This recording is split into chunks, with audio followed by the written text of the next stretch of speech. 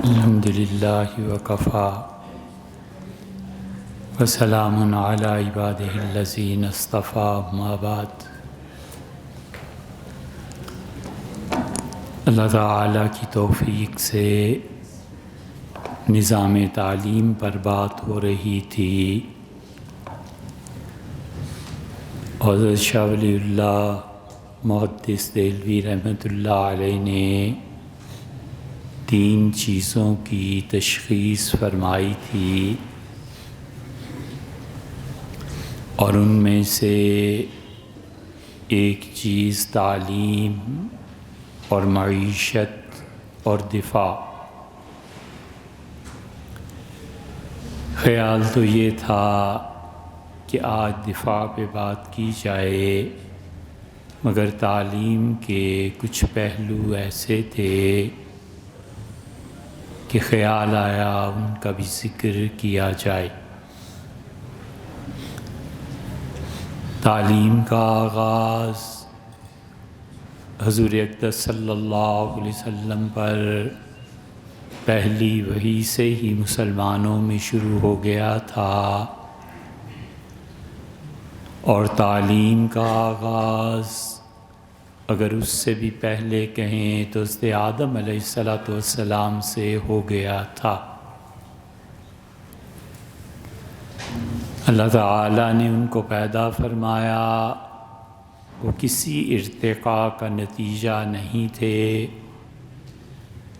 اس کائنات میں ارتقاء ہوتا رہا، کچھ لوگ اس بات کے قائل ہیں اور کچھ اس کے بھی قائل ہیں کہ ارتقاء ایسے نہیں ہوا، ایولیوشن کی تھیوری وہ نہیں ہے جو بیان کی جاتی ہے۔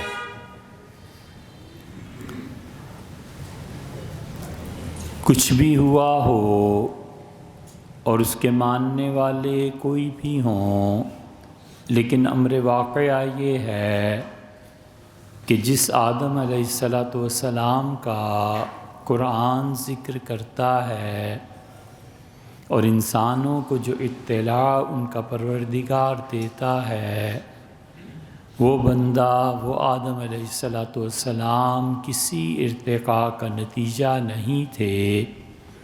اللہ نے انہیں پیدا کیا اور اللہ نے انہیں اس دنیا میں بھیجا، اور پیدا کر کے ان کو اللہ نے ان کی تربیت اور تعلیم دونوں چیزیں اپنے ذمے لے لی۔ مثلاً حدیث میں یہ آیا ہے کہ جب وہ چلے ہیں تو فرشتوں نے انہیں سلام کیا، اور اللہ تعالیٰ نے انہیں جواب سکھایا کہ اس کا جواب یوں دینا ہے، یہ تربیت کا نتیجہ ہے، اور تعلیم ایسے ہے کہ اللہ نے بہت بڑی بات فرمائی۔ 3 الفاظ ارشاد فرمائے کہ وَعَلَّمَ آدَمَ الْأَسْمَاءَ كُلَّهَا، اور اللہ تعالیٰ نے حضرت آدم علیہ السلام کو تمام چیزوں کے نام سکھا دیے۔ یہ تعلیم کا آغاز اس کائنات کا تھا، اور اس کائنات میں 2 بہت بڑے طویل زمانوں پر مشتمل وقفے آئے۔ ایک وقفہ تو حضرت آدم اور نوح علیہ السلام کے درمیان تھا، اور کچھ کا خیال یہ ہے کہ نوح اور ادریس علیہ السلام کے زمانے میں تھا۔ ان دونوں مقامات پہ ایک طویل وقفہ آیا جب دنیا میں تعلیم کا نظام بالکل اجڑ کر رہ گیا، اور ایک وقفہ آیا سیدنا مسیح علیہ السلام کے بعد سے حضرت نبی کریم رسالت مآب صلی اللہ علیہ وسلم کے درمیان کا جو دور تھا۔ لوگ پڑھنا لکھنا بھول گئے، لوگوں میں خاص طور پہ عربوں میں تعلیم کی کمی ہو گئی۔ ایران میں تعلیم زندہ تھی۔ ایران کے وہ تمام علاقے جو آج افغانستان اور روس کی ریاستوں کی اور ترکی کی بعض ریاستوں کی صورت میں نظر آتے ہیں، یہ سب کا سب ایران کا حصہ تھے اور یہاں پر تعلیم ہوتی تھی۔ عربوں کا وہ جو علاقہ تھا وہاں کل حضرت رسالت پناہ صلی اللہ علیہ وسلم کے آنے کے وقت میں 17 آدمی تھے جو لکھنا پڑھنا جانتے تھے۔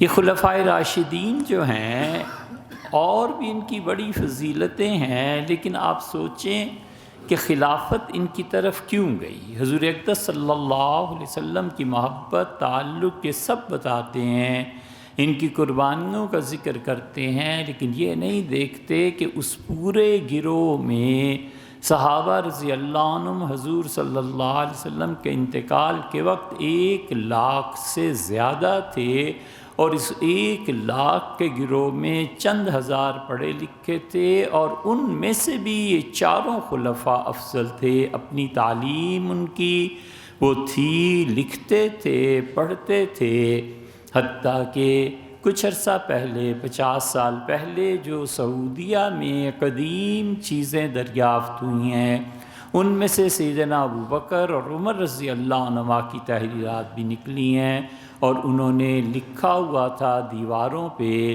کہ آج کی شام غالباً غزوہ خندق کی کوئی شام ہے، میں اور ابوبکر یہاں گزار رہے ہیں اور ہم دونوں اللہ کی پناہ مانگتے ہیں، اور اس پہ سیدنا عمر رضی اللہ عنہ نے بالکل سادہ الفاظ میں اپنے دستخط بھی کیے۔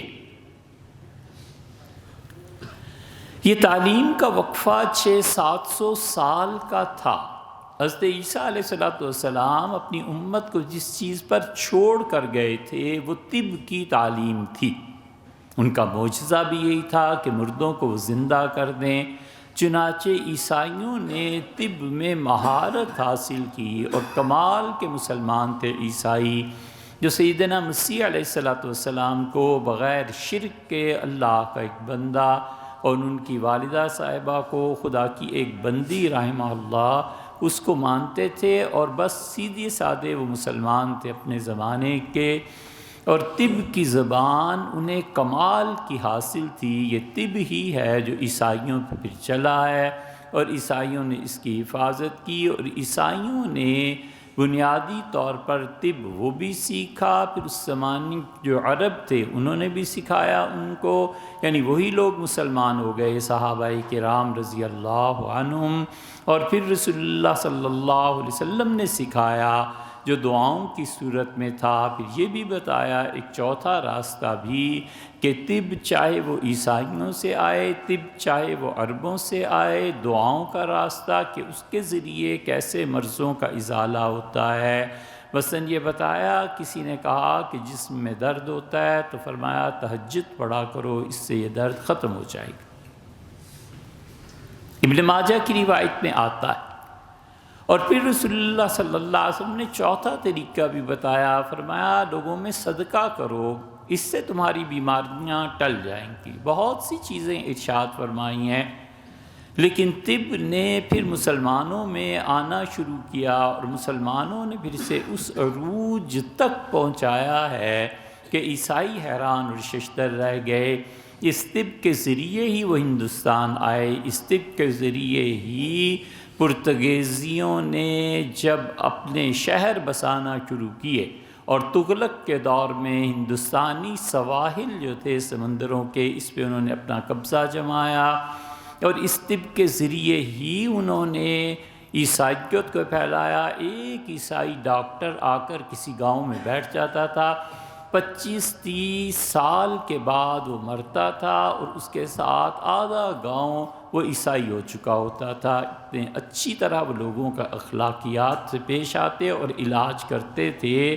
آپ کے ٹیکسلا کا ہسپتال ہے، اس میں ایک ڈاکٹر جو آیا، ایک سفر میں ساتھی تھے، تو پوچھا، اس نے کہا 7ویں نمبر پہ جو میرا دادا آتا ہے اس نے ٹیکسلا ہسپتال شروع کیا تھا، اور میں US میں ہوتا ہوں، اور اب تک اس ہسپتال میں ہم آتے ہیں، وزٹ کرتے ہیں۔ یہ سب اس علم کا ہی نتیجہ ہے، اس تعلیم کے نظام کا نتیجہ ہے، جو تعلیم کا نظام مسلمانوں نے اپنے ہاں رائج کیا اور اپنے ہاں شروع کیا۔ مسلمانوں میں تعلیم کے نظام میں زبردست چیزیں تھیں، اگر وہ 5 چیزیں دیکھی جائیں تو وہ سارا نظام تعلیم ہمیں ان کالجز میں، یونیورسٹیز میں کہیں نظر نہیں آتا۔ کوئی آدمی نہیں ہے جو اس نظام تعلیم سے اب نکلے۔ ان کے ہاں ایک بہت بڑی چیز یہ تھی کہ وہ جو بھی جو بھی کتاب پڑھاتے تھے وہ کہتے تھے اس زبان میں اسے پڑھو جو زبان تمہاری اپنی ہے۔ پنجاب میں پنجابی میں پڑھاتے تھے، سندھ میں سندھی میں پڑھاتے تھے۔ وہ کہتے تھے بچے پہ اتنا بوجھ ڈال دینا کہ بچہ پہلے ایک غیر ملکی زبان سیکھے، کسی اور صوبے کی زبان سیکھے، تب جا کر وہ کی اصل علم تک رسائی حاصل کرے۔ یہ نہیں ہونا چاہیے۔ جو لوکل لینگویج ہے ایک حد تک اسے لوکل لینگویج میں اس کی ابتدائی تعلیم کی بنیاد ڈالنے میں بس اسی زبان میں اسے پڑھاؤ، اسی زبان میں کرو۔ چنانچہ پنجاب کا ورثہ اگر آپ دیکھیں تو یہاں بچے پنجابی زبان میں نظموں میں یاد کرتے تھے، اور یہ پوری دنیا کا کلچر ہے کہ بچے کی ابتدائی تعلیم ایک تو نظم میں ہونی چاہیے، نثر میں نہیں۔ ٹوٹ بٹوٹ نے کھیر پکائی، کتنی نظمیں، کتنی چیزیں آپ کو اردو زبان میں ملیں تاکہ بچے اسے یاد کریں۔ بچے کو نظم کرنا اور اس پر اس کا جذبات میں آنا اور اس کے دل کا اس کو تسلیم کر لینا، اس وجہ سے وہ کہتے تھے پہلی چیز جس پہ پوری دنیا کا اتفاق کہ بچوں کو ان کی اپنی زبان میں پڑھایا جائے، اور دوسری چیز بچوں کو نظم کے ذریعے سبق دی جائے۔ مرغے میں نے انڈا دیا، مرغی تو نے خوب کیا، انڈے کتنے چنگے ہیں، پاؤں میرے ننگے۔ ہزاروں نظمیں، سینکڑوں نہیں، ہزاروں نظمیں آپ کو ملیں گی دنیا کی مختلف زبانوں۔ اس لیے وہ کہتے تھے تعلیم یہاں سے شروع کرو، اور مسلمانوں نے اس سے بھرپور فائدہ اٹھایا۔ آپ اسلامک لٹریچر کو دیکھیں، سینکڑوں نہیں ہزاروں منظومے ملیں گے آپ کو کہ یہ نظم کیا، یہ نظم کیا، یہ نظم کیا، قرات کو نظم کیا کہ قرات کے اصول کیا ہیں، فقہ کے اصول کیا ہیں، تاریخ کیا ہے، قصیدے، یہ سب چیزیں ہیں بچے یاد کرتے تھے۔ اور کمال کا نظام مسلمانوں نے تعلیم کا یہ چلایا کہ اس کے بعد وہ اسے مختصر جملوں میں بڑے بڑے حقائق کی خبر دیتے تھے۔ وہ کہتے تھے کہ بالکل مختصر عبارت لکھو تاکہ بچہ اس میں ڈوبے اور اس کے ذہن کو ورزش کرنے کی صلاحیت ملے۔ وہ کہتے تھے ایک فقرہ ایسے لکھو جس سے 10 صفحے لکھے جا سکے۔ مثلا ایک فقرہ لکھ دیا کہ کرۂ ارض اپنی حیات میں کردگار کا محتاج ہے۔ اب لگا رہے بچہ اس پہ کہ کرہ کس کو کہتے ہیں، ارض کس کو کہتے ہیں، حیات کس کو کہتے ہیں، کردگار کس کو کہتے ہیں، احتیاج کیا ہوتا ہے۔ وہ ذہنی طور پر اس سے ایکسرسائز کراتے تھے تاکہ بچے کا ذہن مخاطب کی بات کو عملی زندگی میں سمجھ سکے کہ کون سا لفظ کس موقع پہ استعمال کرنا ہے، فقرہ کیا بولنا ہے۔ فقرہ یہ ہے کہ نوکر تھوڑا ہی ہوں۔ یہ دوست کہتا ہے کہ یار اٹھو دروازہ بند کر دو، تو محبت اور پیار سے کہتا ہے نوکر تھوڑا ہی ہوں۔ یہی جملہ ماں کہہ دے تو وہ کہاں بولے گا کہ نوکر تھوڑا ہی ہوں۔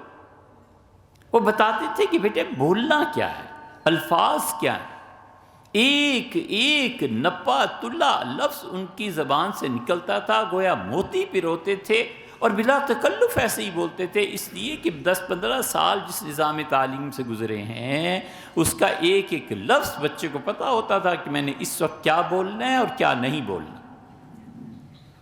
علم نام ہے جاننے کا۔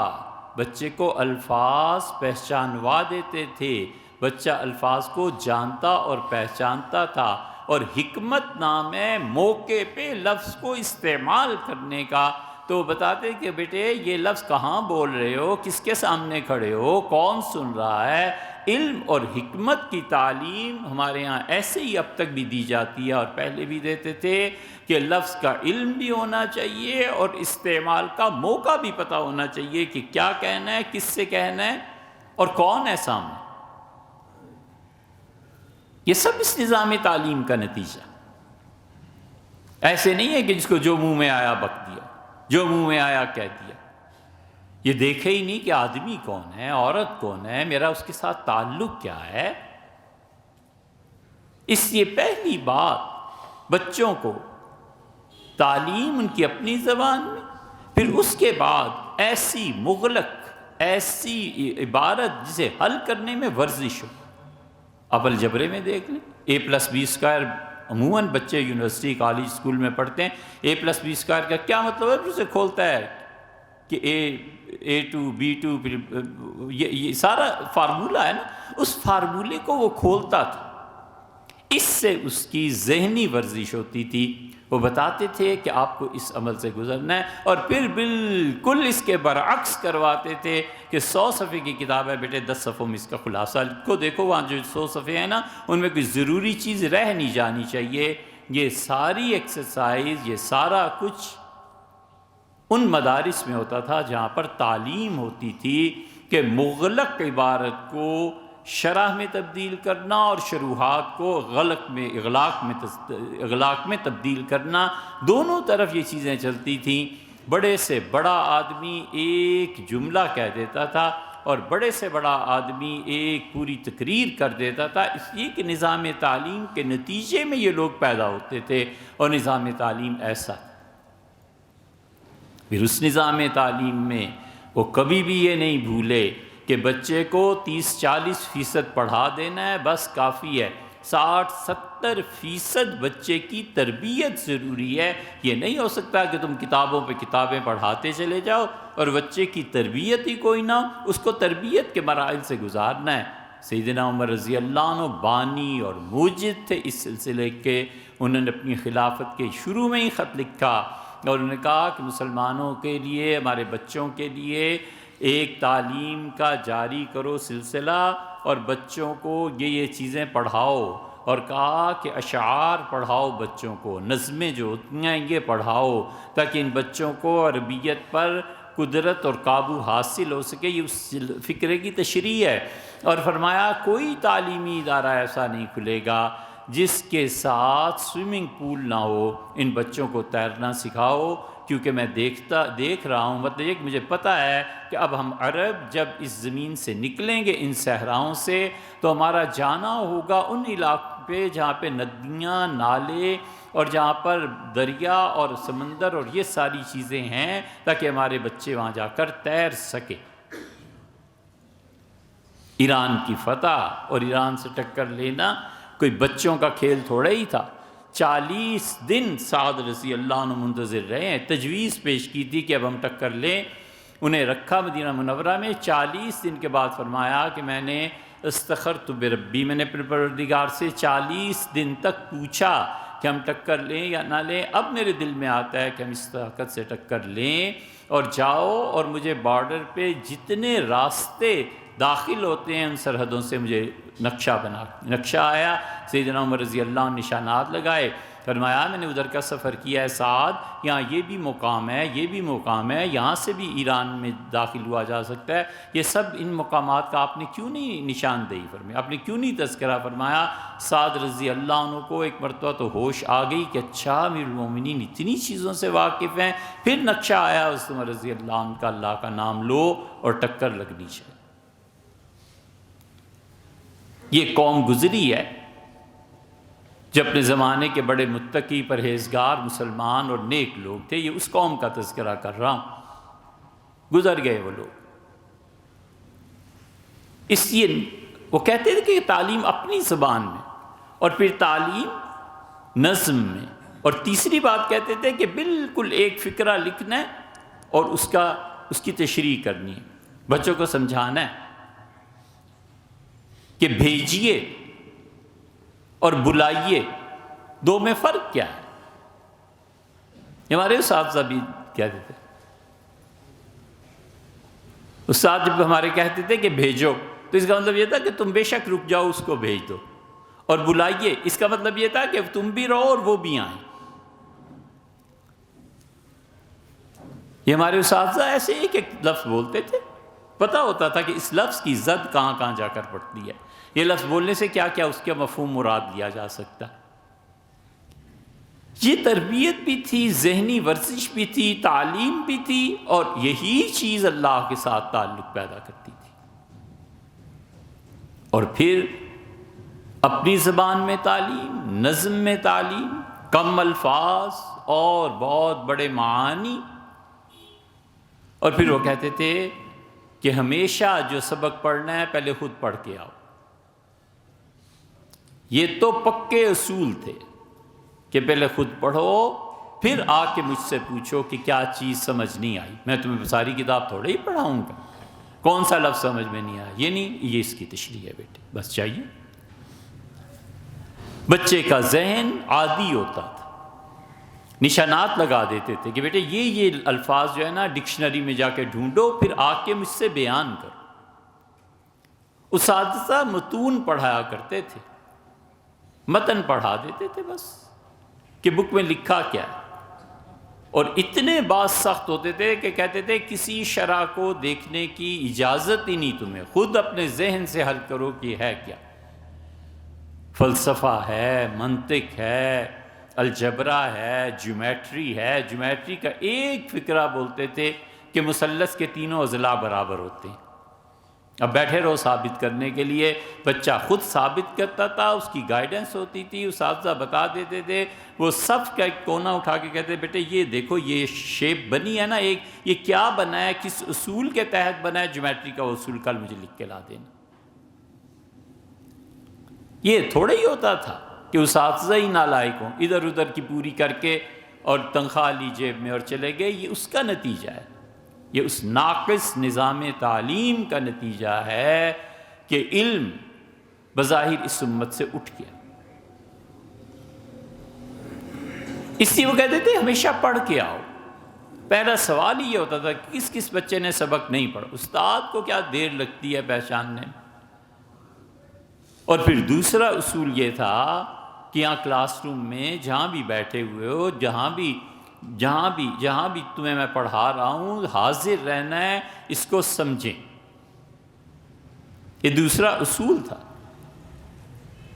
مفتی لطف اللہ صاحب علی گڑھ کے تھے، اور مفتی صاحب اس مقام کے آدمی تھے، ریاضی میں، میتھمیٹکس میں اور منطق میں، فلسفے میں، جیومیٹری میں امامت کے درجے پہ فائز تھے۔ یہ آپ شاہ رفیع الدین اور شاہ عبد القادر محدث دہلوی رحمۃ اللہ علیہ کا نام سنتے ہیں۔ ابو علی سینا نے طب پہ جو کتابیں لکھی ہیں، شاہ رفیع الدین صاحب رحمۃ اللہ علیہ نے چیلنج کیا ہے۔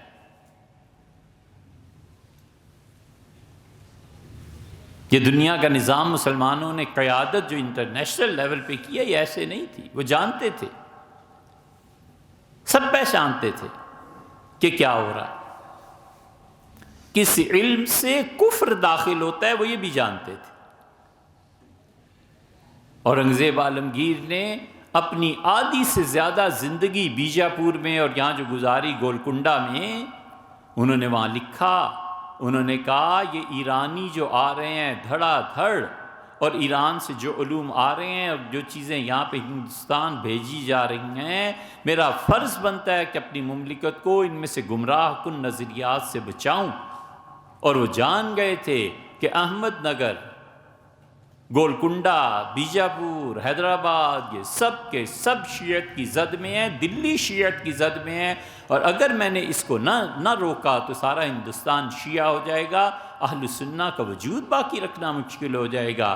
اس نے چومکھی لڑی ہے، اور اسے پتہ تھا کہ اگر میرا بھائی اور میری بہن مل کے والد شاہ جہان کے دماغ پر قبضہ کیے ہوئے ہیں، ان کے دل پہ قبضہ کیے ہوئے ہیں، میں نے ذرا سی بھی سستی دکھائی اور ہندو مسلمان سب ایک ہو جائیں گے۔ وہ گاتا پھرتا تھا کہ رام اور رحمان سب ایک ہی ہیں، حتیٰ کہ شاہ جہان بادشاہ کو سفر کر کے آنا پڑا دلی سے، لاہور آئے، حضرت میاں میر رحمۃ اللہ علیہ کی خانقاہ پہ ٹھہرے، اور یہ ایچیسن کالج اور یہ ساری زمینیں شاہ جہان بادشاہ نے خانقاہ شریف کو دی تھیں، یہ قادریوں کی ملکیت ہے، یہ تو چھینا ہے بعد میں لوگوں نے جبراً ان سے۔ حضرت میاں میر صاحب رحمۃ اللہ علیہ کو آ کے عرض کیا کہ حضرت میرا بیٹا آپ کی مجلس میں آپ سے بڑا متاثر، اسے سمجھائیں کہ رام اور رحمان میں فرق ہے، ایسے نہ ہو کہ ہندوستان پوری حکومت دارا شکوہ کے ہاتھ میں چلی جائے۔ اورنگزیب کہتا تھا کہ اگر میرے اس بھائی کو حکومت مل گئی اور بہن اس کے ساتھ ہے تو نتیجہ یہ کہ پورے ہندوستان میں رام رام ہی ہوگا، پھر اللہ کو کوئی نہیں یاد کرے۔ یہ سب نظام تعلیم تھا، اور اس نظام تعلیم میں کمال یہ تھا کہ جو کچھ وہ پڑھاتے تھے کہتے تھے بیٹے یہ جا کے اب پڑھاؤ۔ شام کو نا جو اس سے چھوٹی کلاس ہوتی تھی، مثلا 5th میں کوئی چیز پڑھائی ہے، وہی چیز 4th والوں نے بھی پڑھی تھی، تو کہتے بیٹے شام کو 1 گھنٹہ آپ 4th والوں کو پڑھائیں گے بھی۔ وہ بیک وقت طالب علم بھی ہوتا تھا اور بیک وقت استاد بھی ہوتا تھا، اسے معین مفتی کہتے تھے، یعنی مفتی صاحب بڑے آدمی ہوتے تھے، معین مفتی ان کے لیے حوالے نکالنا، ان کے لیے عبارت لکھنا، ان کے سامنے پیش کرنا کہ حضرت میں اس مسئلے سے یہ سمجھاؤں، معین مفتی ہوتا تھا۔ معین استاد بھی ہوتا تھا کہ استاد سے جو کچھ سنا ہے شام کو جا کر اسے ریپیٹ کرنا، چھوٹے بچوں کو پڑھانا، ایک سبق کا خود پڑھنا، پڑھ کے آنا، ایک کلاس روم کو اٹینڈ کرنا اور تیسرے اسی سبق کو جا کر پھر بچوں کو پڑھانا۔ بچہ جب فارغ ہو کے نکلتا تھا تو یک وقت استاد بھی ہوتا تھا اور شاگرد بھی ہوتا تھا، اور علم پہ اسے عبور حاصل ہو جاتا تھا، پتہ ہوتا تھا کہ میں کیا پڑھ کے آیا ہوں اور مجھے کیا کرنا ہے، اور پھر اس کو عملی زندگی میں نافذ کرنا کہ عملاً کیا زندگی ہے، تم نے اس میں کیا پڑھا ہے۔ اس زندگی میں پڑھنے کے بعد عملاً زندگی میں اس کا کیا تصور ہے۔ اسی لیے وہ پائی کے اصولوں پہ عمل کرتے تھے۔ 7/22 آتا ہے نا، الجبرے میں بھی پڑھاتے ہیں، یہ سب چیزیں پڑھائی جاتی تھی تاکہ وہ عملی زندگی میں اس کو لوگوں کے سامنے لائے اور یہ کرے۔